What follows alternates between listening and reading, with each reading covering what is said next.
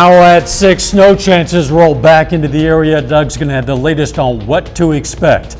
Plus, the new year brings a rise in respiratory illnesses to the Joplin area. We'll have a look at the impact. And it's a milestone celebration for a beloved member of the Carthage community. The 4 states' most watched news starts now. More snow is headed for the 4 states. The question is, how much should we expect? This is KOAM News at 6. I'm Dow Quick. Let's go straight to Chief Meteorologist Doug Heddy with a first look at the weather. Yeah, we got light snow, which is going to start to roll in the middle of tomorrow afternoon, lasting into tomorrow night and then into Friday morning. At least the evening for us right now is okay. It's cold. We're sitting into lower 20s. We'll drop back into the teens once again later on tonight. So it's quiet this evening. It's tomorrow things will start to get going. So we already have a winter weather advisory, which includes the entire viewing area.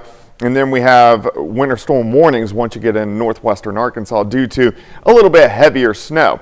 So we're quiet tonight, quiet a good chunk of tomorrow, but we'll start to get some light sleet in here by mid-afternoon, switching over to periods of light snow. So this is 9 p.m. So light snow through the evening into the overnight hours. So we're going to be talking about this and breaking this system down for you here in just a bit. Catch you then. As we move deeper into the winter months, respiratory viruses are on the rise. Freeman Hospital in Joplin reports that cases of flu and RSV are currently in double digits. And experts warn those numbers will likely continue to climb if we don't take precautions. KOAM's Lonnie Walton talked to a local doctor about what we can do to protect ourselves. The flu and the RSV, the numbers are in the double digits. Dr. Elsie Ott is the ER doctor at Freeman Hospital in Joplin. And yes, flu and RSV are filling the ER room for now. But he says this is standard, just like last year for the Joplin area. The numbers are always between the double digits and the triple digits. And the reason why is a lot of babies and a lot of pediatric population, they usually get that virus. Another virus Dr. Elsie Ott says to look out for is the norovirus. Norovirus is basically a GI illness, meaning that it is a virus that affects the GI system. So we have our esophagus, we have our intestines and stomach, and when we get that virus, we experience severe symptoms. Dr. Elsie Ott says although the virus is in the single digits according to the hospital records, he says in order to keep this virus at bay, you must wash your hands with soap and water only.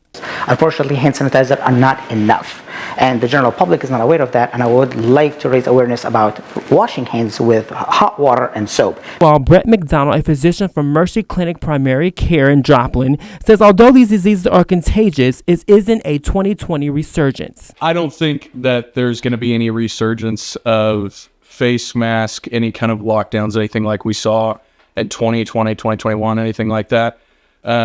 I think it's just going to be a normal flu season like it was before.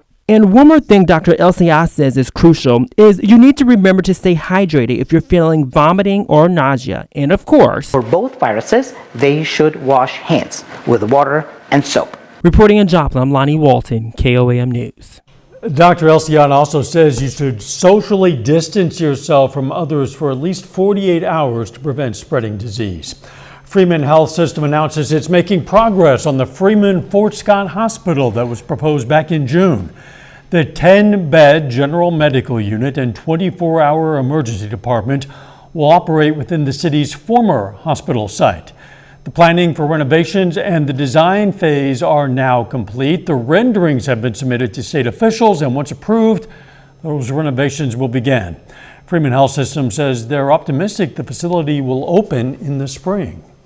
The Joplin Library rolls out a new community service. In partnership with Friends of the Library, it's launched a delivery program for homebound patrons called Traveling Titles. The goal of Traveling Titles, which will be offered within the city limits, is to increase access to library services for people struggling with mobility. So homebound delivery is something that libraries throughout the country offer, usually larger areas, and it was something that we've been wanting to bring to this area, but we weren't quite able to do it just ourselves, and thankfully the Friends of the Joplin Public Library stepped up and said they'd be happy to collaborate with us. Now, to join, patrons must be Joplin Public Library card holders and complete an application available on the Joplin Public Library's website. Folks in Coffeyville, Kansas had an opportunity to find out about their ancestry. The Coffeyville Public Library hosted its first genealogy group of the new year. Library staff and volunteers assisted patrons with researching their family history or local history. 1790 was about the first census, but there's just names, no where they came from or anything. 1850 is the first time they put where you were, what state you were born, and your age, and the whole family, and their age, and where they were born. This time of year, the group meets on Tuesdays from 1 to 3 in the afternoon. The oldest woman in Jasper County turned 105 today, made a grand entrance to her party on a red carpet. Look at that. Her family and friends traveled from as far as California to be by her side at St. Luke's Nursing Center in Carthage for this big day. At the celebration, the mayor of Carthage declared January 8th Helen Hubbard Day. Yes, her old friend Helen Hubbard. She says her secret to a long life is having a positive outlook and her faith. God's looking after us all this time. And he's been pretty busy on me for 105 years. Through her life, she's worked as a teacher and a dietitian in the Army during World War II. She has 14 great-grandchildren looking great. Happy birthday, Helen Hubbard. Joplin firefighters respond to an early morning house fire. That story's coming up. And workers in a manufacturing plant in southwest Missouri face an uncertain future. Authorities are investigating this early morning house fire in Joplin. Crews responded to the Blenville neighborhood on Wall Street just after 4:45. They found smoke and flames coming from the roof of a home that was being remodeled. That fire caused that roof to collapse. No one was living there. No word on the cause of that fire. A manufacturing plant in southwest Missouri is about to begin mass layoffs. Timken Belts makes timing belts used on engines. Reagan D. Troilo spoke with longtime workers who will be out of work before the end of the year. To find out right before Christmas that so many people are going to lose their jobs it's devastating. Local Steelworkers Union President Brian Budd is disgusted by Timken's decision to lay off roughly 40% of its employees. They're taking these jobs and moving them to Mexico. They say it's to improve their global footprint, but to expand their global footprint. But really what it comes down to is they want to take advantage of people. They want to pay them dirt wages. Bud says this isn't the first time Timken has laid off employees. They would be moving the Kansas Fort Scott facility, which is our non-union plant. They've done the same thing in their bearings division in Gabney, South Carolina. They shut down a plant there of about 250 people. And the Springfield Area Chamber of Commerce is aware of these job losses. We know that Timken did file the WARN notice, the Worker Adjustment and Retraining Notification, which is a federally required notification that they supply 60 days in advance to the employees before this. So yes, that is a huge loss for the community. Our plant's been a pillar of this community for so long. Most people in this community know someone in their family or personally who worked at Dayco, which is what it was called back in the day. Timken officials won't interview on camera. Instead, they sent us this statement saying they have no additional information to share. Most of the people on my committee have been there over 20 years. Bud says working in a manufacturing plant is not an easy job, but someone has to do it. With the hours, with the heat, with, the risk involved, and, that there's value in that. That means something. And I feel like the company doesn't appreciate that. The first round of layoffs will start in March. Now, last year, Timken Belts in Fort Scott announced it would be laying off 152 employees. A little bit later, a Girard teacher gets the award and surprise of a lifetime. And we have light snow moving in for you Thursday. We're going to look at that coming up. Well, of course, another cold one for us today. Temperatures only into the mid to upper 20s. for afternoon highs. Our temps are actually going to warm up a bit over the next couple days, but we do have another bout of light snow, which is going to start to work in tomorrow afternoon. Great shot, Cornell Arts and Entertainment Complex Tower Cam. We are looking downtown Joplin. At least this evening, we look fine. 20s, teens, another cold one down into the mid-teens for overnight lows. But winter weather advisory in effect for everybody as we get into tomorrow afternoon and evening. And then if you track south, you have winter storm warnings where the snow is even going to be heavier once you get into central parts of Arkansas. Not much going on for us right now, so we're waiting in the wings. Here's our storm system out across western Texas, New Mexico, into parts of Arizona, and then a little second chunk of energy that's going to kick this whole thing out, and then of course bring in light snow as we get into tomorrow afternoon. Tonight's going to be fine, mostly clear, mid to upper teens, so a cold night. Through the morning, clouds increase. We should get above freezing, 35, 36, 37, maybe even up to 38 degrees during the afternoon. But once the precip starts, our temperatures will slide right back down to about 30. So we may see an onset of a little bit of sleet. This is going to start to move in mid-afternoon. So tomorrow evening, some of the roads will start to get slick. Periods of light snow through the evening into the overnight hours. So here's 8:30 p.m. Light snow sitting into the upper 20s to near 30 degrees. Periods of light snow continue. It's going to be a little showery. It's not going to be persistent snow through the entire event. A lot of times it may snow for a couple hours, stop for 30 minutes, and then start back up. Periods of light snow continue.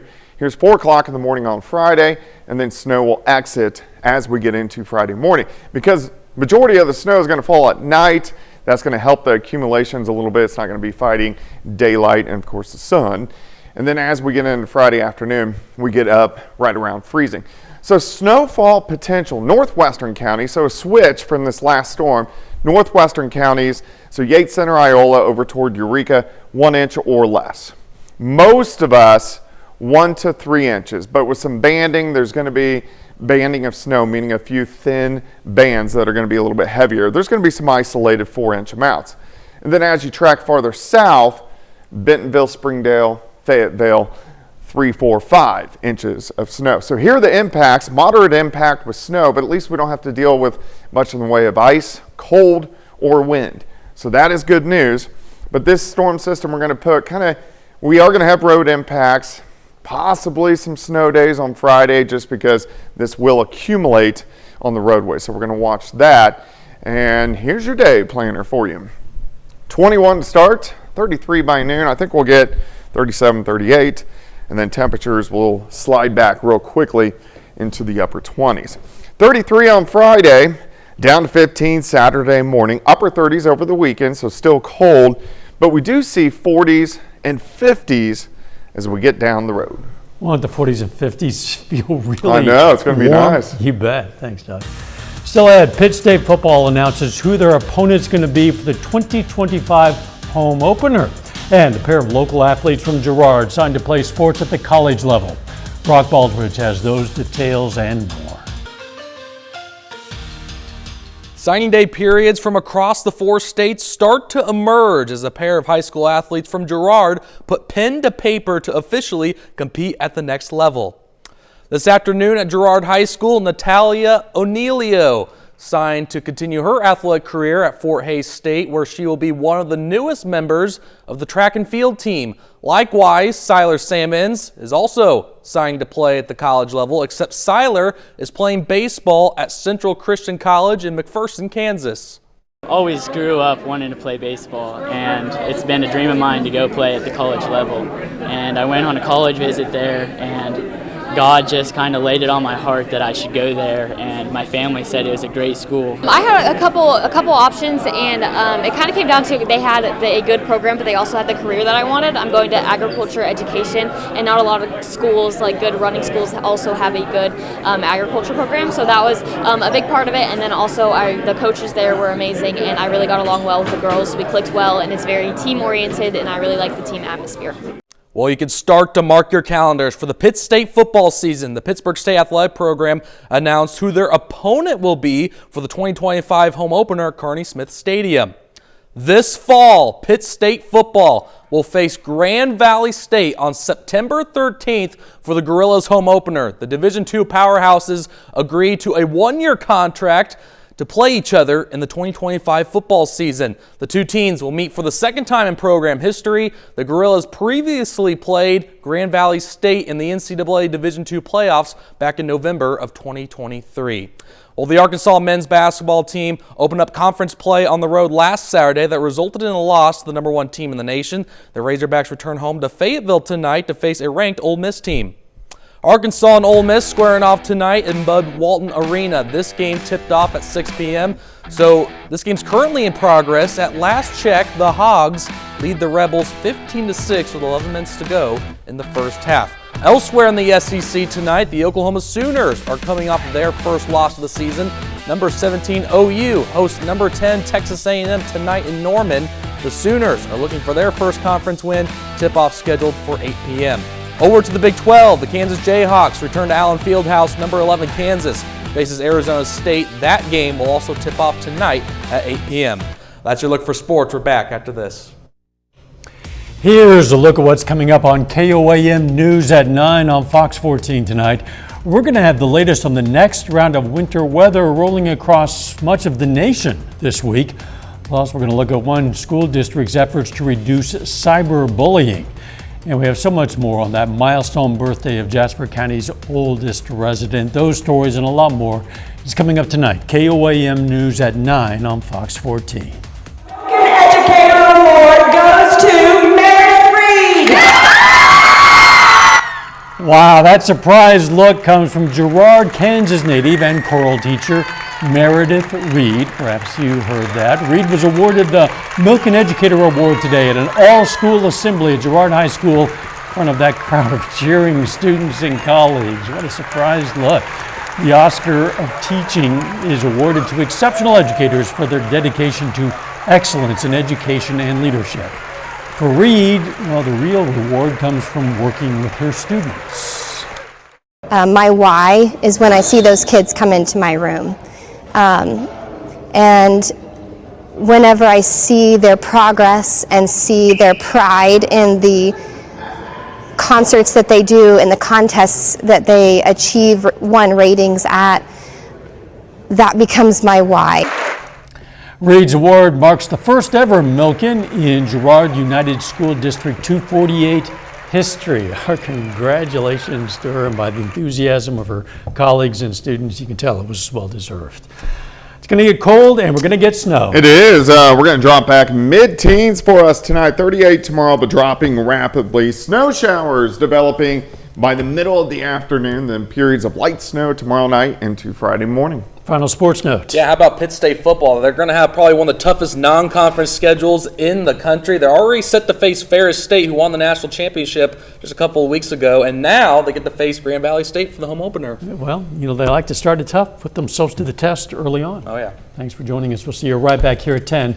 Let's make it a great evening.